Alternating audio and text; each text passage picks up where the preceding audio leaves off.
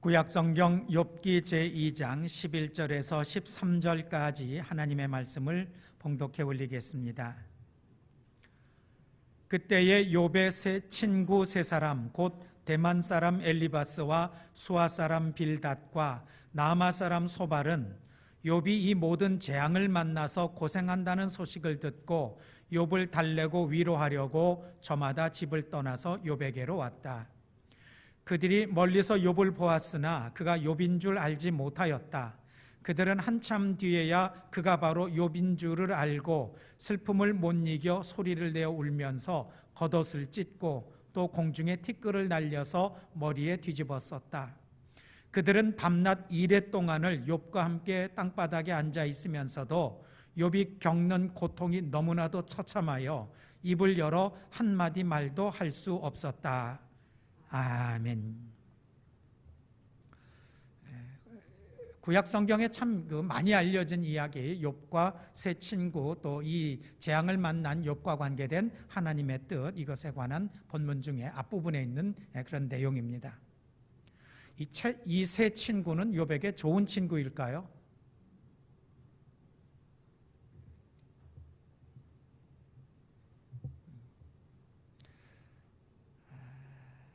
그것도 한번 생각을 해두시고 본문 설명을 좀 먼저 해보겠습니다. 본문 앞에 제일 먼저 시작하는 단어가 그때에라는 때입니다. 이제 그때에 대한 것 설명을 드릴 텐데, 욥이라는 사람에게 어느 날 갑자기 불행이 닥치기 시작합니다. 한 가지 정도가 아니라 몇 가지가 계속해서 닥쳐서 가지고 있던 재산 다 잃어버리고 심지어는 자녀들도 사고 속에서 다 죽습니다.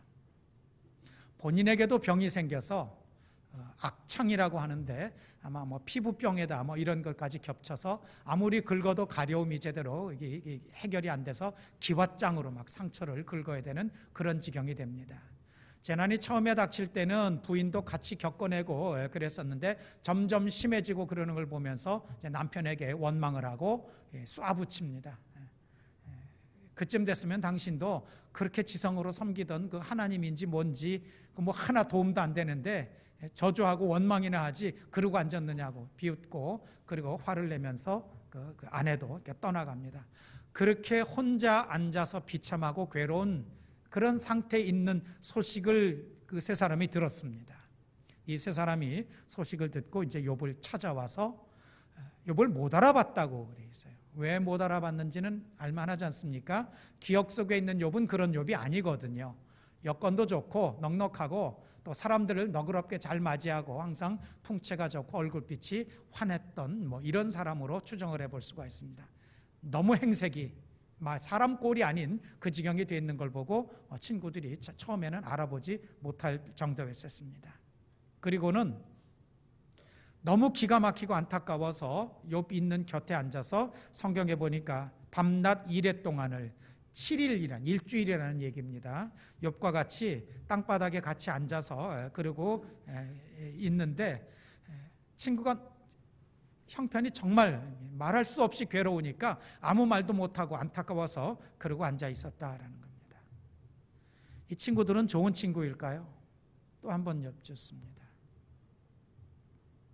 저는 좋은 친구라고 생각합니다. 교회에서 잔뼈가 굵으신 분들은, 그래서 욥의 이야기를 알고 있는 분들은 이 친구에 대해서 별로 좋은 감정이 없습니다. 뒤에 이어지는 걸 알고 있기 때문에 그렇습니다. 뒤에 어떤 것이 이어지냐면 욥이 막 자기 이 괴로운 거를 얘기하니까 친구들이 이런 얘기를 합니다. 너 곰곰이 생각을 해봐라. 우리가 믿는 하나님이 까닭 없이 사람에게 어려운 일을 그렇게 초래하겠느냐. 사람은 잘 몰라도 너 분명히 뭔가 잘못한 게 있어서 그것에 대해서 네가 벌받고 있는 것 같다 라고 얘기를 합니다. 엘리바스가 주로 그런 논리로 얘기를 합니다. 빌닷이라는 사람은 거기다 이제 한 수를 더 뜹니다. 분명히 사람들에게는 네가 좋은 사람이고 인자한 사람이고 또 경건한 사람인 것처럼 되어 있지만 너 분명히 감추는 게 있을 거다. 그렇지 않고서야 하나님이 그럴 리가 있냐. 생각을 해봐라. 하나님은 공의로우신 분이다. 억울한 일을 하는 분이 아니다. 우리는 모르지만 여태까지 내가 본 너도 그런 사람은 아니었지만 어쩌면 나도 속고 있고 너도 속고 있을런지도 모른다. 너 자신도 그게 악이라는 것인 줄 모르면서 혹시 부지불식간에 이웃이나 약한 사람에게 잘못한 건 없는지 한번 생각을 해봐라. 그렇게 얘기를 합니다. 그다음에 소발이라는 사람은 거기서 또 한 걸음 더 나갑니다. 만약에 이렇게 생각한다면 너는 지금 이게 당하는 것도 이건 별거 아닌 거다. 너 정말 하나님 앞에 감사한 줄 알고 그래도 아직도 목숨 살려두고 있는 건 빨리 회개하고 용서를 구하면 하나님께서 혹시 용서해 주고 너의 고통을 조금이라도 덜하게 해줄지 알겠느냐. 그렇게 얘기를 합니다. 그러니까 욥이 기가 막혀가지고 얘기를 합니다. 친구라고 찾아와가지고 한다는 소리가 내 속을 더 긁어놓느냐 하는 거죠. 안 그래도 속상해 죽겠는데, 안 그래도 아프고 괴롭고 내가 지금 견딜 수 없는 지경인데 그 원인이 숨겨진 죄 때문이라고 나를 핍박하느냐라는 거죠. 견딜 수 없는 그런 지경이 되는 이제 그런 이야기가 진행되고 있습니다. 진행되게 됩니다. 그 뒤에 이제 계속 나옵니다. 이 대목에서도 한번 생각해 보시기 바랍니다. 친구들은 좋은 친구일까?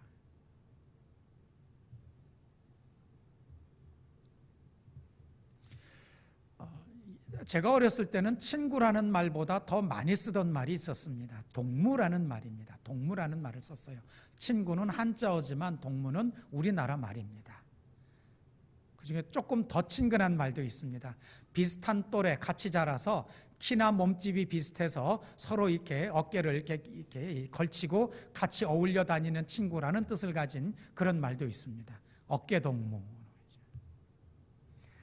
근데 동무라는 말을 안 쓰게 된 거는 북한에 있는 사람들이 그 동무라는 말을 여기저기 다 막 쓰기 시작하면서 우리나라가 이제 북한에서 쓰는 말들을 쓰지 않도록 교육도 하고 실제로 그러는 바람에 동무라는 말을 지금도 별로 잘 안 씁니다. 하지만 우리나라 말은 동무입니다. 친구라는 말은 한자어이고 한자에서 나온 그런 개념인데 그런 좋은 친구, 어렸을 때부터 흉어물 없는 친구라는 단어가 또 있어요. 표현이 있는데 설교 시간에 그 단어를 얘기하기는 좀 그렇습니다. 어렸을 때부터 아랫도리 다 벗고 뭐 볼 거 못 볼 거 없이 다 내놓고 그렇게 사귄 친구라는 그런 단어가 있긴 합니다. 그래도 우리나라에는 친구를 표현하는 다양한 표현들은 그렇게 많지는 않습니다. 중국에는 굉장히 많습니다. 한자 문화권에는. 그래서 중학생쯤만 되면 벌써 그걸 배우기 시작해요. 4글자로 된 한자 성어로 배웁니다. 머릿속으로 한번 생각해 보시기 바랍니다. 사자성어로 된 친구, 좋은 친구라는 것을 나타내는 말. 지기지우, 막역지우, 중마고우, 금난지교, 금석지교, 파금지교라는 말도 있습니다. 관포지교라는 말도 있습니다. 여러 가지가 있어요. 각자가 그냥 각각이 그냥 생긴 게 아니라 거기에 다 뜻이 있고 어떤 거는 사람들 사이에 이루어진 이야기도 있습니다. 그걸 잠깐 소개를 하려고 합니다. 지기지우라는 것은 상대방의 마음과 생각을 헤아리는 그래서 잘 알아주는 친구라는 뜻입니다. 줄여서 지음이라는 말로도 이렇게 2글자로도 쓰기도 합니다.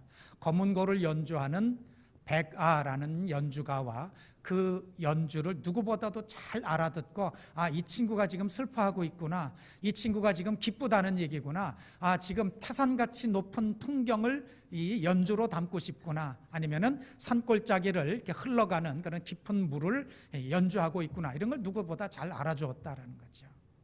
그러던 친구가 먼저 세상을 떠나자 이 백아라는 검은고 연주가는 자기 검은고 줄을 끊고, 그래서 파금이라고 합니다. 파금지교라는 말이 거기서 나옵니다. 내가 생각하고 느끼고 연주하는 것을 잘 알아주는 친구가 없는데 내가 이제 이 검은고를 더 연주한다는 게 무슨 의미가 있겠느냐. 그래서 지기지우 또는 지음, 파금지교라는 말이 이제 거기서 나왔습니다. 우리나라 문학가가 그 제목으로 글을 써서 유명해진 금난지교라는 이제 그런 표현도 있습니다. 질환지교군요. 질환지교. 지초라는 꽃하고 난초가 은은하면서도 아주 고상한 향기를 풍기는데 그런 친구 사이라는 뜻이랍니다. 설교의 마지막 부분에는 그 질환지교를 꿈꾸며라는 그런 글 중에 일부를 제가 우리 성도들께 읽어드리려고 합니다. 향기 난다라는 뜻이죠. 코로 맡는 향기가 아니라 그때 느껴지는 관계가, 내가 친구를 대할 때, 친구가 나를 대할 때 그런 은은하면서도 고상한 향기가 나는 것 같은 그런 것을 질환지교라고 이야기를 한다고 합니다. 중마고우는 이제 아주 어렸을 때 그 대나무로 만든 말, 그걸 같이 타고 논, 그만큼 어렸을 때부터 내내 친구 관계가 이어졌다고 하는데, 요즘식으로 만약에 이렇게 바꾼다면은 뭐 보행기 친구 정도 이제 그렇게 될 겁니다. 어렸을 때부터는. 많은 사람들이 알고 있고 또 학생들은 이제 꼭 배우게 되는 한자 중에 관포지교는 고사까지를 조금 기억하는 것이 좋습니다. 오늘 설교의 내용을 성경에 나오는 그런 친구 관계를 이해하는 데 아주 도움이 됩니다. 관중이라는 사람과 포숙이라는 사람의 친구가 어떻게 형성돼 있고 또 그 사이에 무슨 일이 있었나를 이걸 가지고 생겨난 말이 관포지교입니다. 어렸을 때부터 같이 자랐다고 합니다. 그래서 둘 다 형편이 별로 좋지 않을 때 장사를 같이 했다고 해요. 어물전을 했답니다. 생선을 떼다가 판매하는 일을 했는데 주변 사람들이 보니까 똑같이 고생하고 장사하는데 이익금을 배당받아 갈 때는, 그러니까 서로 그날 번 것 이제 지출하고 돈을 가져갈 때는 항상 관중이라는 친구가 거의 2배씩 더 가져가더라는 거지. 며칠은 그럴 수 있으려냐고 봤는데 나중에도 그 일이 계속 반복이 돼서 물어봤답니다. 포숙 보고, 야, 너 똑같이 일하고 왜 너는 그 항상 관중의 절반밖에는 못 가져가느냐. 포숙이 웃더랍니다. 우리가 다 어렵지만 관중내는 더 어렵다. 식구도 많고 더 가난해서 그 집이 쓸 게 더 많아서 가져가는 거니까 너희들이 이해를 해라. 이제 그런 식으로 얘기를 했다고 합니다. 조금 더 자라서 이제 중국의 춘추 시대이기 때문에 항상 전쟁이 있는 시기입니다. 청년이 되니까 이제 군대를 갔어요. 군대 가서 전투를 참가하는데 다들 목숨 걸고 싸우지 않습니까? 막 화살 날아오고 창 뭐 이러는데 다들 그래도 나라를 지키고 가족들을 보호하겠다고 나가서 이렇게 싸우는데 전투가 벌어지면 관중은 항상 뒤로 이렇게 좀 빠진답니다. 다른 사람들 애써서 싸우러 나가는데 자기는 뒤로 좀 빠지고, 그러다 전투가 끝나면 챙겨가지고 먼저 철수하는 건 관중이 항상 먼저 하더라는 거죠. 또 역시 같은 동료들이 그렇게 물어봤답니다. 니네들이 굉장히 친하던데 야, 쟨 좀 너무 심한 거 아니냐? 어떻게 지 생각만 하냐? 다른 사람들 다 위험 무릅쓰고 이렇게 애써서 전투할 때 맨 싸울 때는 뒤로 쳐지고 챙겨서 집에 갈 때는 앞장서서 가고, 좀 비겁한 거 아니냐? 넌 그런 사람하고 어떻게 이렇게 친하게 지내냐? 그러니까 또 그때도 그런 이야기를 했다고 합니다. 관중의 어머니가 몸도 아프신데다가 나이가 많으시다. 지 몸 하나 챙기려고가 아니라 이러다가 다치거나 죽으면 그 병든 노모가 얼마나 슬퍼하겠느냐. 그래서 너희들이 얘기할 정도를 관중이 모르겠냐. 그런데도 불구하고 그래야 될 만해서 한 거니까 너네들이 좀 이해를 했으면 좋겠다라고 그렇게 얘기했다고 합니다.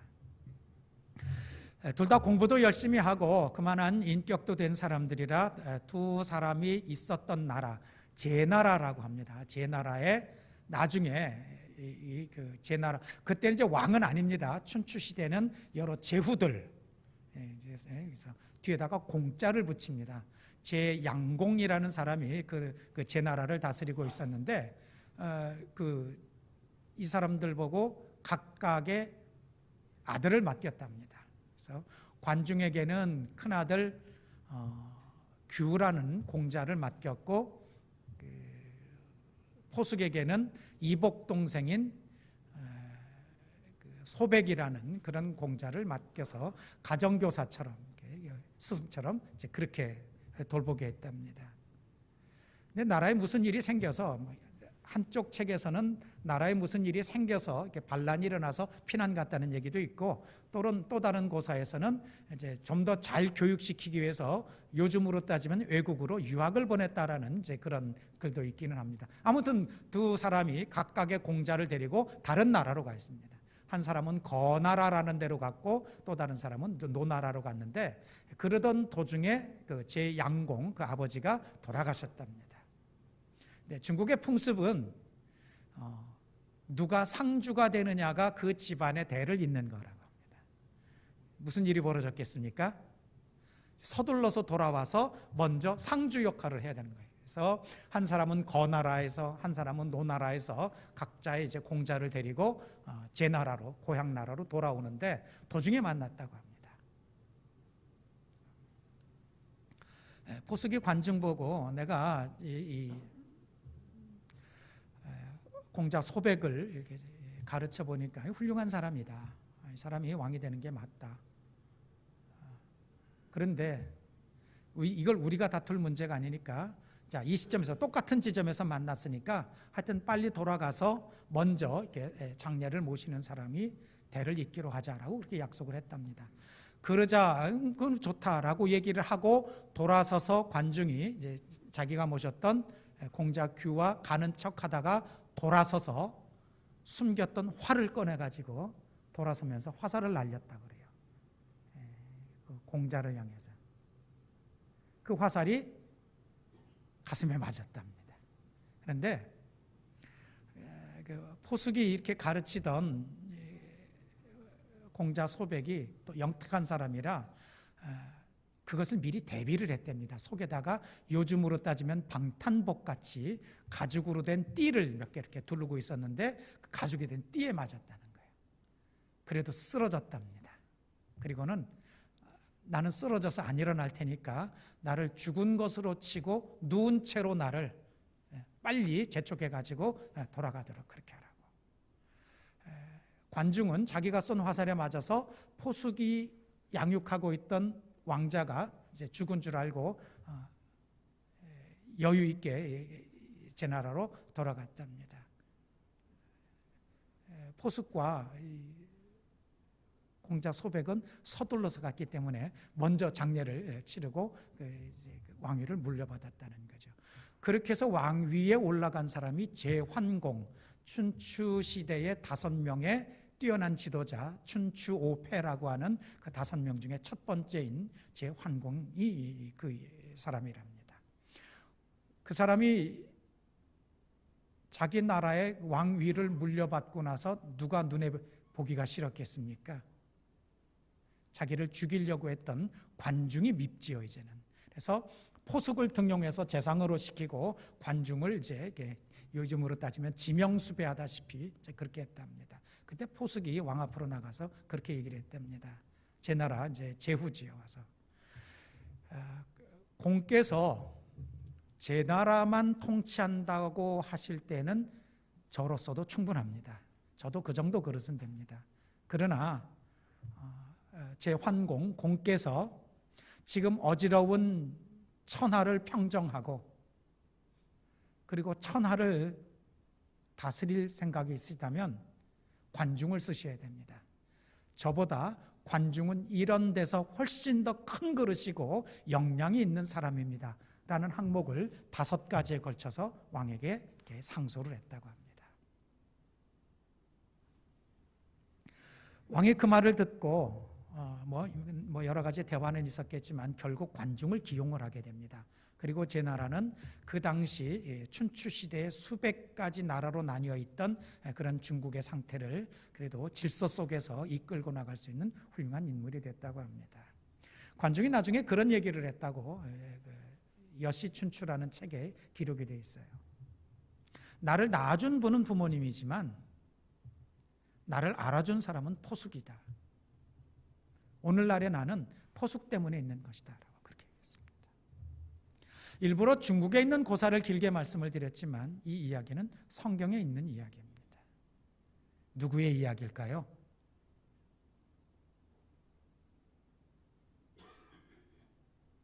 꼭 한 달 전에 주님과 우리와의 관계를 설명하는 여러 가지 개념 중에 그 중에 참 고맙기는 하지만 뭔지 좀 불편한 주님이 우리의 친구라는 개념에 대해서 우리가 살펴봤습니다.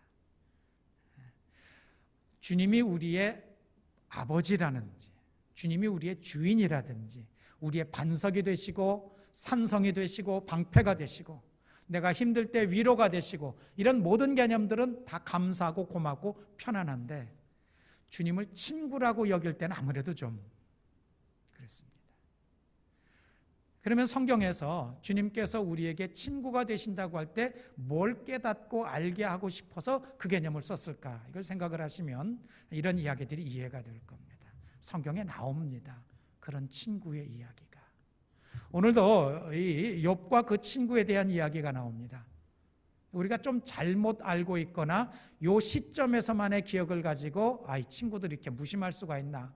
안 그래도 속상하고 기가 찬데 자꾸 원인 따져가지고 네가 잘못해서 그렇지 이럴 수가 있나 하는 기억이 더 강한데 그걸로 끝나지 않습니다. 그 앞에도 이제 친구 이야기가 나오는 것이 나중이군요. 뒤에 또 다른 친구 얘기가 나오는 게 있습니다.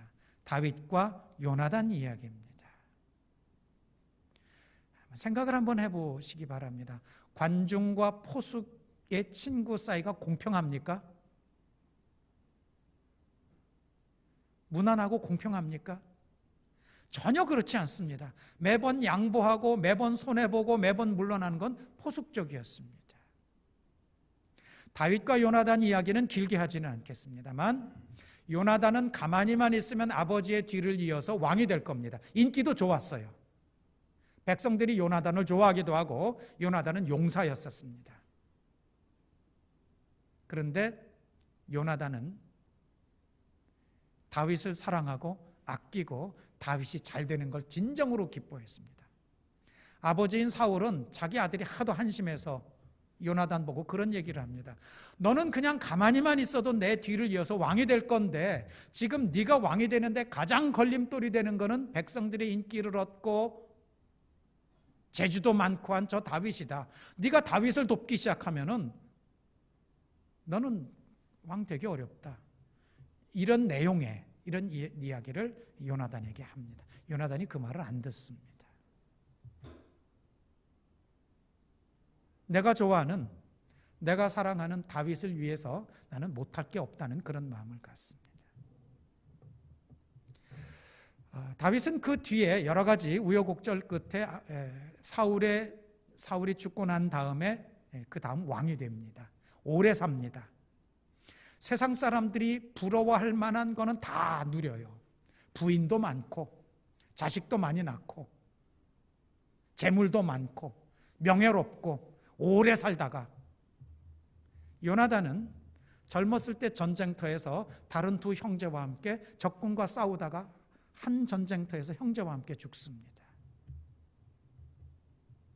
누가 더 행복했을까요? 관중과 포숙 중에서는 누가 더 행복했을까요?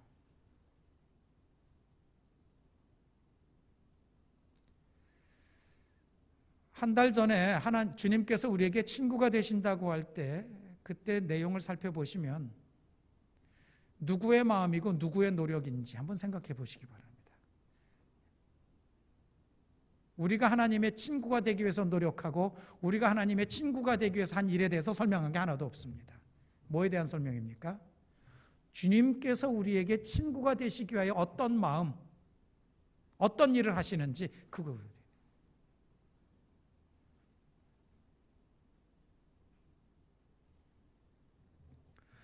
젊었을 때 읽어서 나는 그 책을 읽었다고 그 책을 알고 있다고 생각을 하던 것을 나이 들어서 다시 읽는 여러 권의 책들이 있는데 요즘 읽고 있는 것이 에리 프롬의 사랑의 기술이라는 책입니다. 영어 제목에는 Art of Love가 아니라 Art of Loving입니다. 조금 의미를 생각해 보면 그리고 그 기술이라는 말에 무슨 테크닉이라는 말이 들어가질 않고 아트라는 말이 들어갑니다. 아트.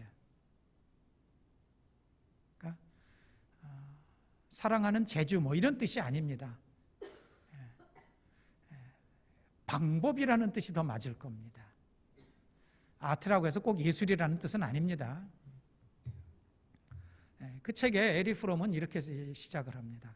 사랑이라는 말에 대해서 얘기를 하려면 참 불편하다라는 거죠. 왜냐하면 사람마다 생각하는 게 다르고 두 번째는 사랑이라는 말을 들으면 사람들이 어떤 반응을 보이냐면 사랑받기 위한 것으로 관점과 논점이 집중된답니다. 그래서 어떤 노력을 하냐면 사람들의 인기와 사랑을 받기 위해서 내가 어떻게 하면 되느냐는 거죠. 세속적으로는 남자들은 성공하고 능력을 갖추고 여자들은 더 멋지게 보이기 위한 몸을 가꾸고 그런 것을 사랑의 기술, 아트 오브 러빙이라고 생각을 한다는 거죠. 프롬은 그 책의 방향을 그렇게 끌어가질 않습니다. 다른 것도 필요하듯이 상대방을 제대로 사랑하는데도 생각이 필요하고 방법이 필요하고 노력이 필요한데 어떤 생각과 어떤 노력과 무슨 방법을 통해서 내가 그 사람을 제대로 사랑하게 되느냐는 거죠. 그것에 대해서 얘기하고 싶다는 거예요.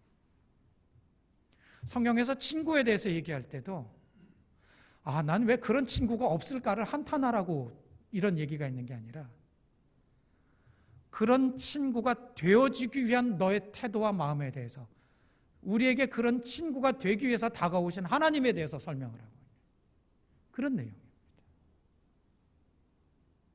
그런 것으로 본다면 계속 양보하고 손해보고 그런 것 같아도 관중이 행복할까? 포수기 행복할까? 결론은 우리 성도들이 내리시면 됩니다.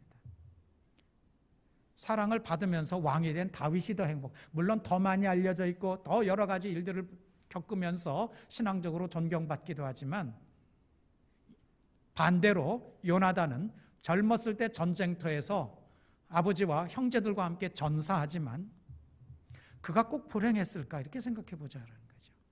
세속적인 관점이 아닐 때입니다. 결국은 누구나가 다 죽고 누구나 인생도 다 끝난다고 볼 때 그때까지 누가 더 기쁘고 누가 더 감동적이었고 누가 더 보람 있는 삶을 살았겠느냐.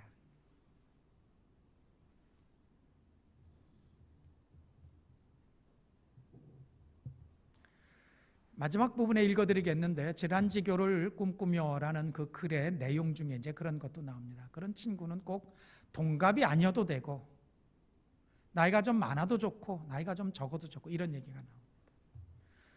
친구라고 얘기할 때 수평적인 관계, 우리는 그런 맞먹는 수평적인 관계 이런 개념부터 먼저 들어오는데 이런 여기에서 이야기하는 성경에서 이야기하는 친구나 제가 말씀드린 중국의 고사성어에서 나오는 친구들은 꼭 그런 의미는 아닙니다. 물리학에서는 빼놓을 수 없을 만큼 거의 가장 중요한 인물 아이작 뉴턴에게는 스승이면서 친구 같았던 분이 있었습니다. 그분이 아니었으면 오늘날의 뉴턴은 없습니다. 한참 공부하고 연구하던 젊은 시절에 뉴턴의 스승이었던 아이작 베로우라는 분은 그분은 트리니티 칼리지의 석좌 교수였다고 합니다. 석좌 교수는 그 사람의 사람을 누구를 가르치고 하는 교수적인 능력보다도 학문에 더 열심히 연구하고 또 그런 것을 발전시키는 것이 더 필요한 그런 재능 있는 학자들에게 학교가 마련한 기금이나 아니면 외부에서 그분을 보고 후원금으로 기금을 마련해서 그 기금으로 연구하고 그 연구 업적으로 기여하는 그런 존경받는 훌륭한 그런 교수를 석좌 교수라고 하는데 석좌 교수로 있었던 그 아이작 베로우가 뉴턴을 가르치면서 보니까 아무리 봐도 나보다 뛰어난 사람. 이 사람은 학교에서 교수 역할을 하느라고 그거는 뭔가를 역할을 해야 월급을 받는 개념입니다. 이것보다는 그런 데다 신경 쓰지 말고 오직 지금 내가 받고 있는 이 혜택을 뉴턴이 받으면 훨씬 더 나은 역할을 할 수 있으리라는 것을 깨닫고는 뉴턴에게 이것을 물려주는 것을 조건으로 은퇴를 합니다. 성경에서 이야기하는 친구는 그런 친구를 얘기하는 거예요. 스승 제자를 떠나서 나이 많고 나이 적고를 떠나서 그렇게 해도 아깝지 않고 그게 더 좋고 그런 걸 얘기해 주더라.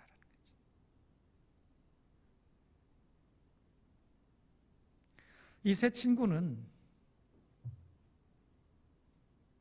사심이 하나도 없습니다. 사실 욥의 세 친구 잘 읽어보시고 뒤에 이제 장황하고 길고 지루한 대화가 나와서 그것 때문에 그렇게 깊이 있게 읽지를 잘 않지만 목적은 하나밖에 없습니다. 이 친구들도 욥이 이 고통에서 벗어났으면 좋겠다 입니다. 그런데 자기들이 생각하기에는, 자기가 생각하는 신앙으로 볼 때는 뭔가 잘못한 게 있어서 벌을 받는 거라고 생각하기 때문에 나름대로 정의감과 욥이 자기의 문제를 해결하기를 바라는 마음에서 이릅니다. 나중에 이 사람들 다 깨닫습니다.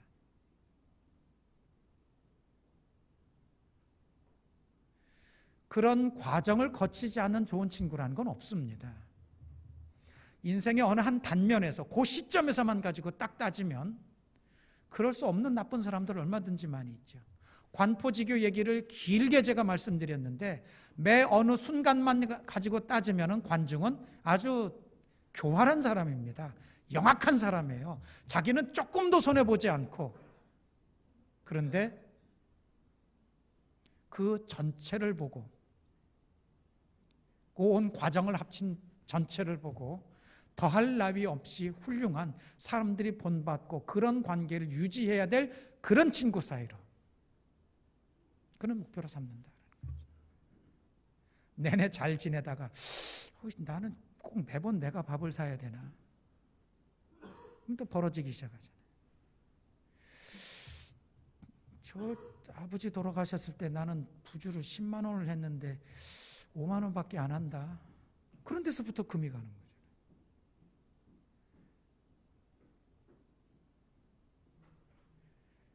계산하고 있는 한에는, 저울질하고 있는 한에는 성경에서 이야기하고 있고 오늘 길게 말씀드린 옛날 사람들이 소중하게 여겼던 그런 향내 나는 관계는 그건 생겨나지 않습니다. 하나님이 이 얘기를 우리에게 왜 해주실까? 하나님이 왜 우리한테 그런 친구로 다가오시고 그런 이야기를 성경에 왜 넣어놓으셨을까?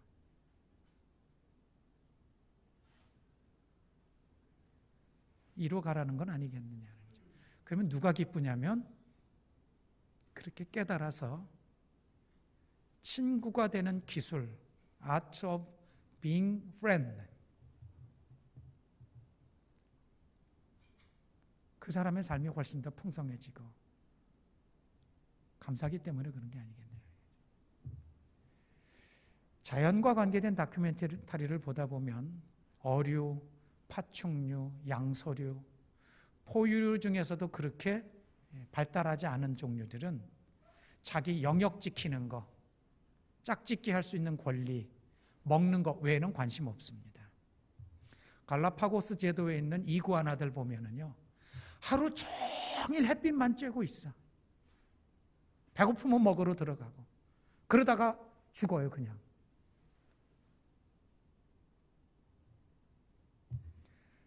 포유류가 돼서 사자나 개나 고양이만 돼도 먹고 자기 영역 지키는 것만 하진 않습니다. 사귀는 거를 합니다.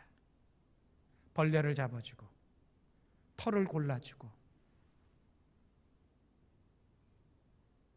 요즘 사회를 보면은 사람이 파충류처럼 돼가는 게 아닌가라는 생각이 들 만큼 자기 영역 지키고 먹을 거 확보하고 노후 대책, 다른 건 관심 없어. 옛날 사람들이 더 질환지교를 꿈꾸고 관포지교를 얘기하고 어깨동무를 이야기하고, 그분들은 성경은 몰랐지만 그 뜻과 생각과 그렇게 이끌어가는 건 하나님의 교수부터 나와요.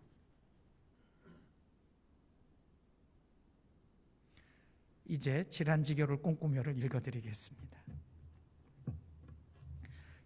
꼭꼭 이렇게 씹는 기분으로, 꼭꼭 씹어서 천천히 삼키는 기분으로 들어주시면 고맙겠습니다.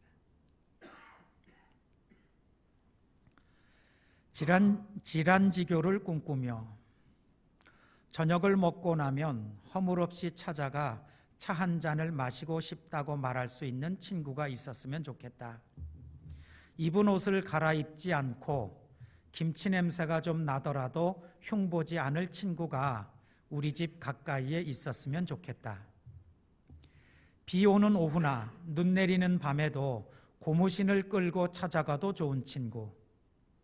밤늦도록 공허한 마음도 마음 놓고 보일 수 있고, 악의 없이 남의 얘기를 주고받고 나서도 말이 날까 걱정되지 않는 친구.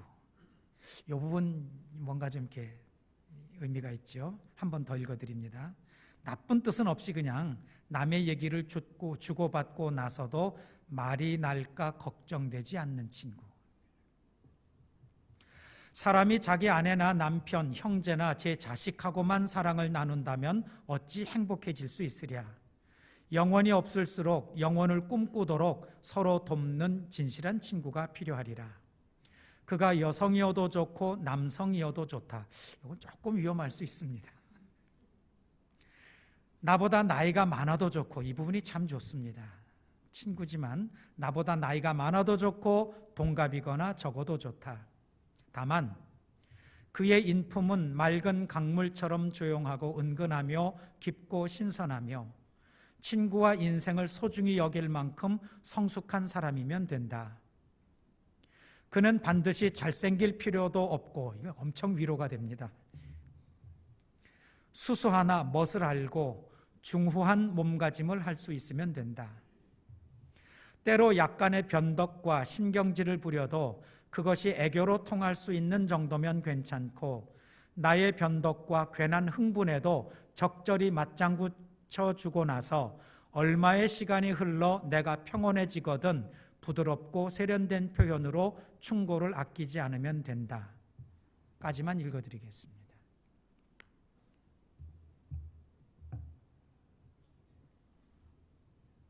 하나님이 우리가 이렇게 살길 바라셔요.